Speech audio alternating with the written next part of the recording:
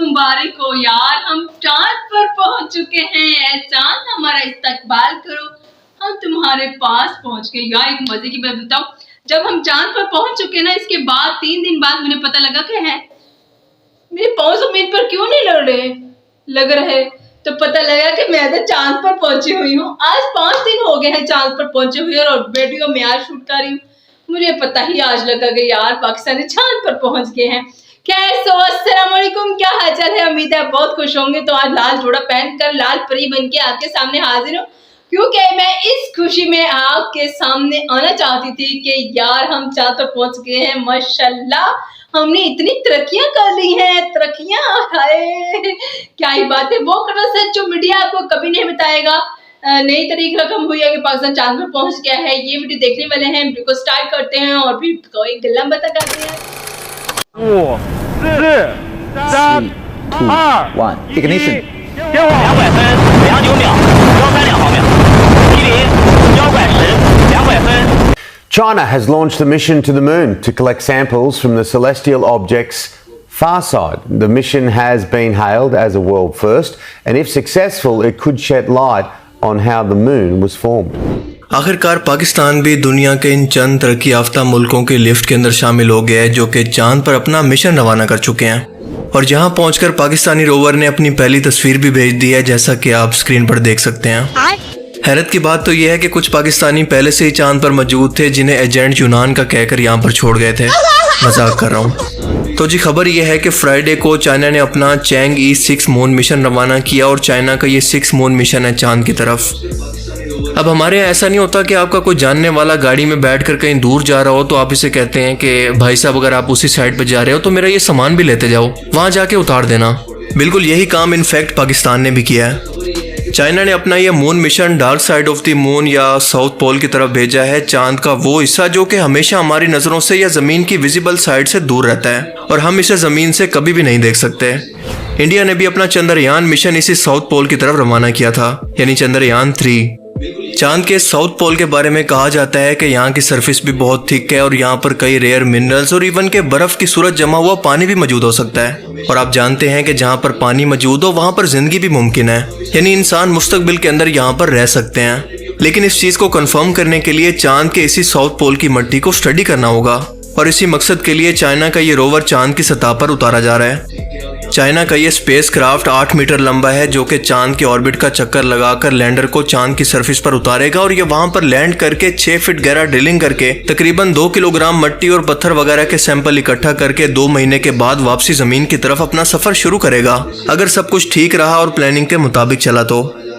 America और China के अंदर एक रेस लग चुकी है कि पहले कौन चांद की सरजमीन पर जाकर अपना बेस बनाता है। इसीलिए चाइना 2030 तक अपने साइंटिस्ट को चांद की सतह पर उतारना चाहता है, जबकि 2035 तक ये रशिया के साथ मिलकर यहाँ पर एक रिसर्च स्टेशन भी बनाना चाहता है। और यही चाइना के लिए चांद की डार्क साइड पर उतरने का दूसरा पर्पज है। अब आप लोग सोच सकते हैं कि इतना ज्यादा पैसा खर्च करके आखिर चाइना और अमेरिका इससे हासिल क्या करना चाहते हैं? जवाब है कि दुनिया की हुक्मरानी। देखें, जिस भी मुल्क के पास सबसे पहले चांद पर अपना एयरबेस मौजूद होगा, दुनिया का कोई भी मुल्क इसको नुकसान नहीं पहुंचा सकता। वो चांद से ही सैटेलाइट के जरिए इस मुल्क पर न्यूक्लियर वॉर छेड़ सकता है और मजीद चांद की सरफेस से मिलने वाले कीमती मिनरल्स, यहाँ तक पहुंचने के लिए इस्तेमाल होने वाली टेक्नोलॉजी दुनिया को बेचकर वो मुल्क इकोनॉमिकल सुपर पावर बन सकता है। वो स्पेस टेक्नोलॉजी के मामले में दुनिया को लीड कर सकता है। अब पाकिस्तान के पास अपना कोई लॉन्चिंग पैड मौजूद नहीं है और ना ही ये टेक्नोलॉजी मौजूद है और ना पाकिस्तान इसे अब अफोर्ड कर सकता है। इसीलिए चाइनीज हेनियान स्पेस लॉन्चिंग पैड को इस्तेमाल करते हुए इसने एक E-Cube या E-Cube कमर सैटेलाइट चाइना के इसी मिशन के साथ रवाना किया है। ये सैटेलाइट इसी स्पेस क्राफ्ट के अंदर मौजूद है, जो कि लॉन्ग मार्च 5 रॉकेट के साथ अटैच है और ये चाइना के 6 मून मिशन में से एक है। लेकिन ये पाकिस्तान का पहला स्पेस मिशन है, जो कि 5 दिन के अंदर चांद के ऑर्बिट के अंदर पहुंचेगा और ऑर्बिट के पास पहुंचकर ये चाइना के रोवर से अलग हो जाएगा, जबकि चाइना का लैंडर चांद की सरफेस पर लैंडिंग करेगा। जैसा कि नाम से ही जाहिर है कि ये कमर यानी चांद और E-Cube यानी कि क्यूब की तरह दिखने वाली एक सैटेलाइट है, जो कि सिर्फ 7 किलोग्राम वजनी है, जिसे institute of space technology, space agency Sparco और चाइना की शिंगाई यूनिवर्सिटी ने मिलकर बनाया है। इसके अंदर 2 ऑप्टिकल कैमरा लगे हुए हैं, जो कि चांद के इर्द गिर्द घूमकर इसकी सरफेस की फोटोज लेंगे इसके अलावा पाकिस्तानी मीडिया के मुताबिक ये चांद के मैग्नेटिक फील्ड और इसके मौसम को भी स्टडी करेगा, लेकिन कैसे करेगा? इस छोटी सी सैटेलाइट के अंदर ऐसे कौन से इंस्ट्रूमेंट मौजूद हैं, ये ऑनेस्टली मुझे अभी तक खुद भी समझ में नहीं आ रहा। ये सैटेलाइट की सबसे छोटी किस्म है जिसका वजन सिर्फ कुछ ही किलोग्राम तक होता है।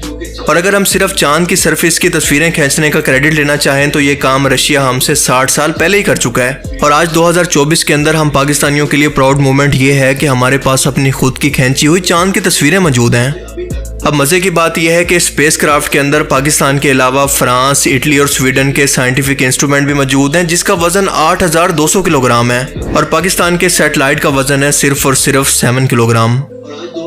सो कमिंग टू द कंक्लूजन, क्या मेरी नज़र के अंदर ये पाकिस्तान की स्पेस के अंदर बहुत बड़ी अचीवमेंट है?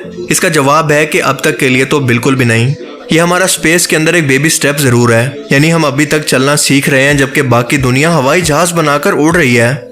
हमारे पास दुनिया के ज़हीन तरीन और काबिल तरीन साइंटिस्ट मौजूद हैं जो कि अपॉर्चुनिटीज़ ना मिलने की वजह से नासा के अंदर अपनी सर्विसेज दे रहे हैं। सो अब हमें नाउम्मीद नहीं होना चाहिए क्योंकि मुस्तकबिल के अंदर इसको सुधारा जा सकता है और आखिरकार पाकिस्तान ने अपना नाम इन मुल्कों की लिस्ट के अंदर तो शामिल कर लिया है जो चांद पर कोई मशीन भेज पाए हैं। लेकिन दोस्तों, हकीकत यही है, चाहे आपको बुरा लगे कि हम इस वक्त दुनिया से 60 साल पीछे हैं, असल काम तो चाइना कर रहा है। मेरे ख्याल में स्पार्को ने सिर्फ इतना काम किया है, सिर्फ ये जस्टिफाई किया है कि क्यों इस इदारे को अभी तक बंद नहीं किया गया। मतलब कि ये बताया है कि हम भी कोई काम कर रहे हैं, सिर्फ कौमी खजाने पर कोई बोझ नहीं है। और दूसरी तरफ पाकिस्तानी मीडिया क्या ढिंडोरा पीट रहा है वो तो आप कब से सुन ही रहे हैं। अब ये रियलिटी चेक सुनने के बाद मुझे ये बताएं कि इस थंबनेल की क्या सेंस बनती है कि पाकिस्तानी परचम चांद की सरजमीन पर। कोई सेंस है इस बात की? वैसे अच्छा हुआ कि हम पाकिस्तानी अभी तक चांद की सरजमीन पर नहीं पहुंचे, वरना चांद की दीवारों पर भी आमिल बाबा मंगाली के इश्तिहारों से या फिर मर्दाना कमजोरी के इश्तिहारों से हमने वो दीवारें काली कर दी होती, या कम से कम वहां पे नया DHA तो बन गया होता।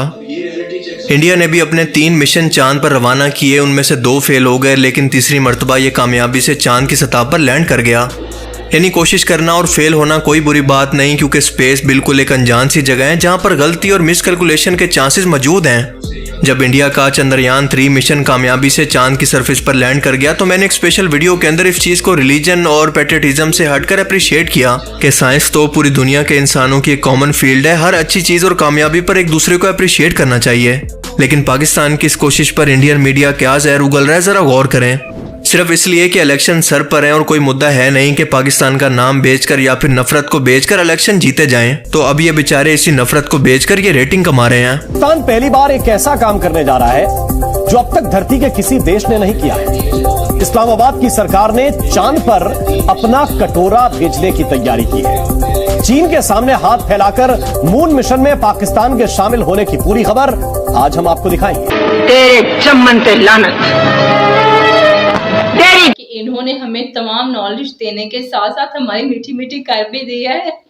बेशक पाकिस्तान के वो छोटा सा एक बेबी स्टेप ही सही, लेकिन चलो इन्होंने वो नाम तो प्रेफरेंस में शामिल करवा ही लिया ना कि हम भी चांद पर पहुंचे थे। चलो हम इस बात पे खुश हो लेते हैं।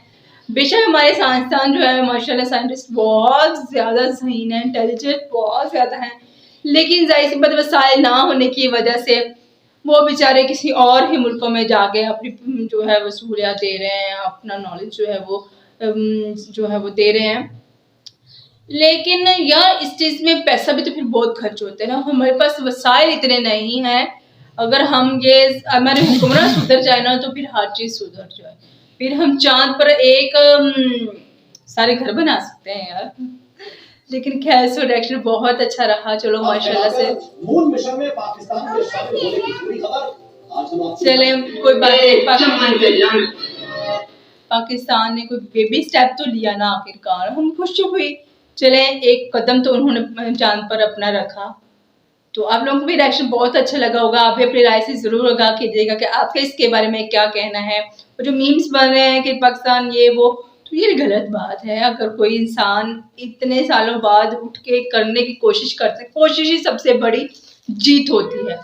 कोशिश करने की कोशिश करता है ना, उससे बड़ी कोई जीत नहीं होती है। तो मजाक और मीम्स वगैरह बनाना ऐसा बहुत अच्छी बात नहीं होती है। तो दूसरे मुल्क करें तो वो अप्रिशिएटेड है, अगर पाकिस्तान ऐसे कोई स्टेप उठा तो फिर मीम्स और जॉक्स बन जाते हैं। आप लोगों को भी रिएक्शन अच्छा लगा होगा, मुझे अपनी राय से जरूर आगाह कीजिएगा। मेरा करिएगा नेक्स्ट वीडियो के लिए इंतजार। अपना रखिएगा ख्याल। अल्लाह हाफिज।